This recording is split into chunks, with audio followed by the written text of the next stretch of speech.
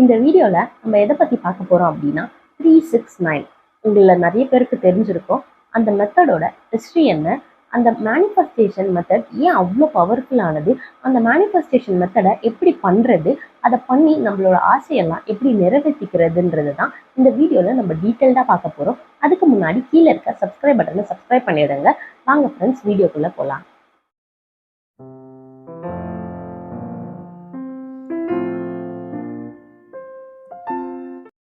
Welcome to the video friends. நான் உங்க அமிர்தா. நீங்க பார்த்துட்டு இருக்கிறது அமிர்தா வில்சன் சேனல். நான் முன்னாடியே சொன்ன மாதிரி தான் 369 அப்படின்ற நம்பர் ஏன் அவ்வளோ பவர்ஃபுல்லானது, இதை கண்டுபிடிச்சவர் யாருன்னு பார்த்தீங்கன்னா நிக்கோலஸ் டெஸ்லா. நிக்கோலஸ் டெஸ்லாவை பற்றி உங்களில் நிறைய பேருக்கு தெரிஞ்சிருக்க வாய்ப்பில்லை.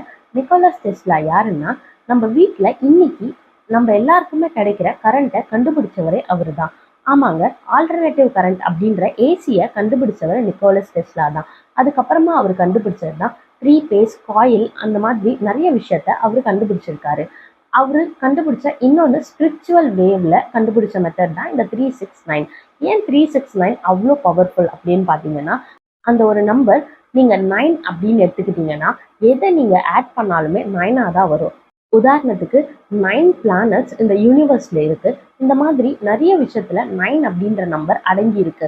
அதே மாதிரி நம்ம சொல்ற மந்திரம் 108ன்னு சொல்றோம். அந்த 108 ஆட் பண்ணி பார்த்தீங்கன்னாலும் 9 தான் வரும். நீங்க ஸ்பிரிச்சுவலா பார்த்தாலும் சரி, அதே மாதிரி சயின்டிஃபிக்கா பார்த்தாலும் சரி, 9 அப்படின்ற ஒரு நம்பருக்கு ஒரு தனி வேல்யூவே அதிகமா இருக்குன்னு சொல்லலாம்.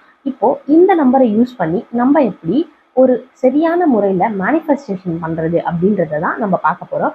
வாங்க ஃப்ரெண்ட்ஸ், அது என்னன்னு பார்க்கலாம். ஸ்டெப் 1 என்னன்னு பார்த்தீங்கன்னா, டிசைட் யுவர் மேனிஃபெஸ்டேஷன். நீங்க என்ன நடக்கணும்னு நினைக்கிறீங்களோ அதை முன்கூட்டியே ஒரு பெண்ணோ இல்லை ஒரு நோட்டோ எடுத்து அதில் எழுதி வச்சுக்கோங்க.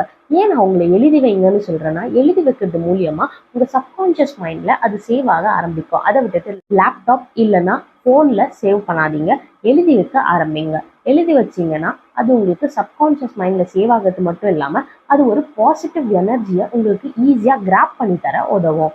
அதே மாதிரி நான் இன்னொரு மெத்தடும் சொல்கிறேன். இந்த முக்கியமான டிப்ஸையும் ஞாபகம் வச்சுக்கோங்க.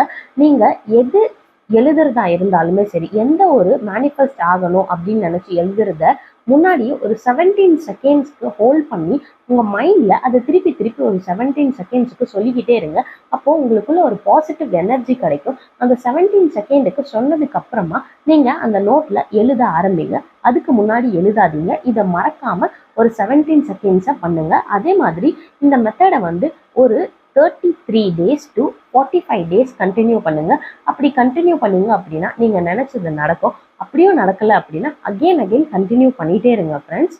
ஸ்டெப் 2 என்னன்னு பார்த்தீங்கன்னா, ஜேர்னலைஸ் ஃபார் 3 times. அதாவது 3 times எழுத ஆரம்பிங்க. இப்போ நீங்க என்ன மேனிஃபெஸ்ட் ஆகணும் அப்படின்னு நினைச்சீங்களோ அதை மார்னிங் நீங்க எப்போ எந்திரிக்கிறீங்களோ எவ்வளோ சீக்கிரம் உங்களால முடியுமோ அவ்வளோ சீக்கிரம் அதை எழுத ஆரம்பிங்க. எழுத ஆரம்பிக்கிறதுக்கு முன்னாடி நான் சொன்னதை மறந்துடாதீங்க. ஒரு 17 செகண்ட்ஸ் அதை உங்க மைண்ட்ல நீங்க ரீகால் பண்ணிட்டு அதுக்கப்புறமா எழுத ஆரம்பிச்சிங்க அப்படின்னா உங்களுக்கு பெட்டர் ரிசல்ட்ஸ் நல்லாவே கிடைக்கும். ஸோ 17 செகண்ட் நினச்சிட்டு அதை 3 times எழுத ஆரம்பிச்சுட்டு அதுக்கப்புறமா உங்க டேல உங்களோட ஒர்க் என்னவோ அதை நீங்க பார்க்க ஆரம்பிக்கலாம். Step 3, Journal 6 times in the midday. அதாவது நீங்க என்ன மேனிஃபெஸ்ட் பண்ணணும் அப்படின்னு மார்னிங் எழுதி வச்சிங்களோ அதையே நீங்க ஆஃப்டர்நூனுமே ஒரு 17 செகண்ட்ஸ் மறக்காம 17 செகண்ட்ஸ் அதை நினைச்சிட்டு அதுக்கப்புறமா 6 times அதை எழுதிட்டு உங்களோட ஒர்க் என்னவோ அதை நீங்க மறுபடியுமே கண்டினியூ பண்ண ஆரம்பிக்கலாம். அதுக்கு முன்னாடி இந்த நோட்ல வேற எதையுமே நீங்க ஆட் பண்ணாதீங்க. அதே மாதிரி இப்போ நம்ம எழுதி வைக்கிறோம், அது நடக்குமோ நடக்காதோ அப்படின்னு எந்த ஒரு ஃபியருமே யூனிவர்ஸ் மேல வைக்காதீங்க. நீங்க என்ன நினைக்கிறீங்களோ அதை தான் யூனிவர்ஸ் உங்களுக்கு கொடுக்கும். அதே மாதிரி இது எப்படி எழுதணும் அப்படின்னா, நடந்துருச்சு, அதாவது ப்ரெசென்ட்ல நடந்துருச்சுன்ற மாதிரி எழுதுங்க.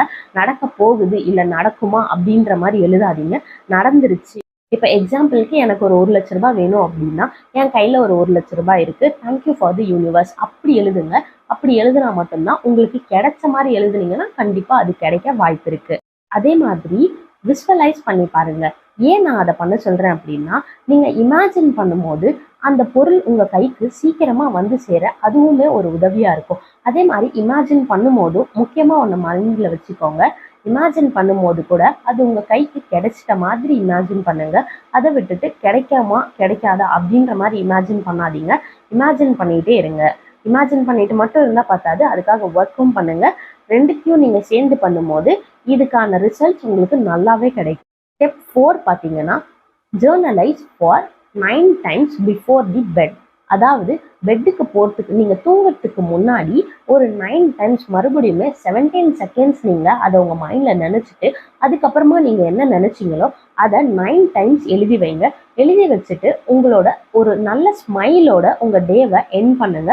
அதே மாதிரி எழுதி வச்சதை உங்கள் ட்ரீம்லையுமே சரி நீங்கள் ஒரு இமேஜின் கொடுத்துட்டே இருங்க. நீங்கள் எந்த அளவுக்கு இமேஜின் கொடுத்துட்டு உங்ககிட்ட எந்த அளவுக்கு அந்த அஃபர்மேஷனை நீங்கள் சொல்லிகிட்டே இருக்கீங்களோ அது கண்டிப்பாக உங்கள் லைஃப்பில் நடக்க அது உதவும். அதே மாதிரி இது நல்லா ஒர்க் ஆகிறதுக்கு நான் உங்களுக்கு சில டிப்ஸ் அண்ட் ட்ரிக்ஸும் சொல்கிறேன். அதை கண்டிப்பாக ஃபாலோ பண்ணுங்க. நான் முன்னாடியே சொன்ன மாதிரி தான் டிப் நம்பர் 1, ப்ரெசென்ட்ல இருக்க மாதிரி யோசிங்க. ப்ரெசென்ட்ல உங்களுக்கு அது கிடைச்சிருச்சு அப்படின்ற மாதிரி யோசிங்க. என்றைக்குமே இதை மறந்துடாதீங்க. கிடைக்குமான்ற மாதிரி பயமும் படாதீங்க, கண்டிப்பாக கிடைக்கும். டிப் நம்பர் 2, ட்ரஸ்ட் பண்ணுங்க. ஏன் நான் ட்ரஸ்ட் பண்ணுங்கன்னு சொல்கிறேன்னா, யூனிவர்ஸ் வேற எங்கேயுமே இல்லை, உங்களுக்குள்ளதான் இருக்கு. யூனிவர்ஸ் பற்றி, லா ஆஃப் அட்ராக்ஷன் பற்றி நம்ம சேனல்லையே நம்ம தெளிவான ஒரு வீடியோ போட்டிருக்கோம். அதை பற்றி பார்க்காதவங்க கீழே டிஸ்கிரிப்ஷன் பாக்ஸில் நான் லிங்க் தரேன், மேலே ஐகார்ட்லையும் லிங்க் தரேன். அதை செக் பண்ணி பாருங்க. அதை ஒரு தடவை செக் பண்ணி பார்த்தீங்கன்னா இந்த வீடியோ உங்களுக்கு தெளிவாகவே புரியும். ட்ரஸ்ட் பண்ணுங்க. ஏன் நான் உங்களை ட்ரஸ்ட் பண்ணுங்க சொல்கிறேன்னா, நீங்கள் ட்ரஸ்ட் பண்ணுறது மூலியமா உங்களுக்குள்ள இருக்க சப்கான்ஷியஸ் மைண்டுமே அதை நம்ப ஆரம்பிக்கும். அதை நம்ப ஆரம்பிச்சதுக்கு அப்புறமா யூனிவர்ஸ் கிட்ட இருந்து ஆட்டோமேட்டிக்காக உங்களுக்கு ஆன்சர் வரும். ஆனால் நீங்கள் நம்பாம என்ன எனக்கு ஆன்சர் வரலன்னு கேட்டிங்கன்னா, ஏன்னா நீங்கள் அதை நம்பவே இல்லை. ஒரு பர்சன் கூட நீங்கள் அதை நம்பாமல் இருக்காதீங்க. நம்புங்க. நம்பினா மட்டும்தான் கிடைக்கும். டிப் நம்பர் 3, இப்போ நீங்க 33 டேஸ் இல்லை 45 டேஸ் நீங்க முடிச்சிட்டீங்க. முடிச்சும் எனக்கு நான் நினைச்சது நடக்கவே இல்லை அப்படின்னா, அகெயின் மறுபடியும் அந்த முழு நம்பிக்கையோட முழு ட்ரஸ்டோட நீங்க 33 டேஸ் இல்லை 45 டேஸ் மறுபடியும் கண்டினியூ பண்ணுங்க. கண்டிப்பா அது நடக்கும். அது நடக்கிற வரைக்கும் இந்த சைக்கிளை நீங்க கண்டினியூ பண்ணிட்டே இருங்க. என்ன நம்புங்க ஃப்ரெண்ட்ஸ், இதை பெரிய பெரிய சயின்டிஸ்ட் கூட இந்த மெத்தடை ஃபாலோ பண்ணி தான் அவங்க நிறைய இன்வென்ஷன்ஸை ஃபார்ம் பண்ணியிருக்காங்க. ஸோ நீங்களும் அதே மாதிரி ட்ரஸ்ட் பண்ணி இதை நம்ப ஆரம்பிங்க. அதுக்கேற்ற எஃபர்ட்டுமே போடுங்க. இது உங்கள் லைஃப்பில் கண்டிப்பாக நடக்கும். Tip number 4, consistency. அதாவது ஏன் நான் கன்சிஸ்டன்சி சொல்கிறேன்னா, நீங்கள் ஒரு விஷயத்த செய்கிறீங்க அப்படின்னா அதை ரெகுலராக செய்யுங்க. நடுவில் இப்போது ஒரு 10 டேஸ் செய்கிறது, அதுக்கப்புறமா ஒரு 20 டேஸ் கேப் விட்டு அதுக்கப்புறமா மறுபடியும் செய்கிறது, அந்த மாதிரி கேப் விட்டு செய்யாமல் கரெக்டாக செய்ய ஆரம்பிங்க. 33 டேஸ் அப்படின்னா 33 டேஸுமே கரெக்டாக அதை பண்ண ஆரம்பிங்க. அப்படி பண்ணிங்கன்னா மட்டும்தான் அது கரெக்டாக நடக்கும். இல்லை 45 டேஸ் அப்படின்னா 45 டேஸுமே கரெக்டாக பண்ணுங்க. அப்போ தான் அது கரெக்டாக நடக்கும். நீங்கள் நடுவில் பிரேக் கொடுத்தீங்கன்னா அது யூனிவர்ஸ் கிட்ட போய் சேராது. ஸோ கரெக்டாக எழுத ஆரம்பிங்க. ஒரு ரெகுலராக ஒரு டிசிப்ளினோட எழுதுங்க. Tip number 5, don't think negative or self doubt. அதாவது உங்களை பற்றியே நீங்கள் டவுட் பண்ணிக்காதீங்க, நெகட்டிவாகவுமே யோசிக்காதீங்க. எப்போவுமே பாசிட்டிவாக இருங்க, பாசிட்டிவாக யோசிங்க. இது நடக்கும் அப்படின்னு நம்புங்க. உங்களை பற்றி நீங்கள் டவுட் படாதீங்க. என்னால் இது முடியுமா அப்படின்னு நினைக்காதீங்க. எல்லாராலையுமே எல்லா விஷயமுமே கண்டிப்பாக முடியும் ஃப்ரெண்ட்ஸ். ஸோ நீங்கள் உங்களால் முடியுமான்ற உங்களோட செல்ஃப் எஸ்டிமேட்டும் பண்ணிக்காதீங்க. ஸோ நான் சொன்ன இந்த பாயிண்ட்ஸ் எல்லாம் நீங்கள் கரெக்டாக ஃபாலோ பண்ணீங்க அப்படின்னா நீங்களுமே இந்த 369 அப்படின்ற மெத்தடில் ஷைன் ஆக முடியும். ஸோ இந்த வீடியோ உங்களுக்கு யூஸ்ஃபுல்லாக இருக்கும்னு நினைக்கிறேன் ஃப்ரெண்ட்ஸ். தேங்க்யூ ஃபார் வாட்சிங். Stay happy, stay healthy, stay positive. Bye by.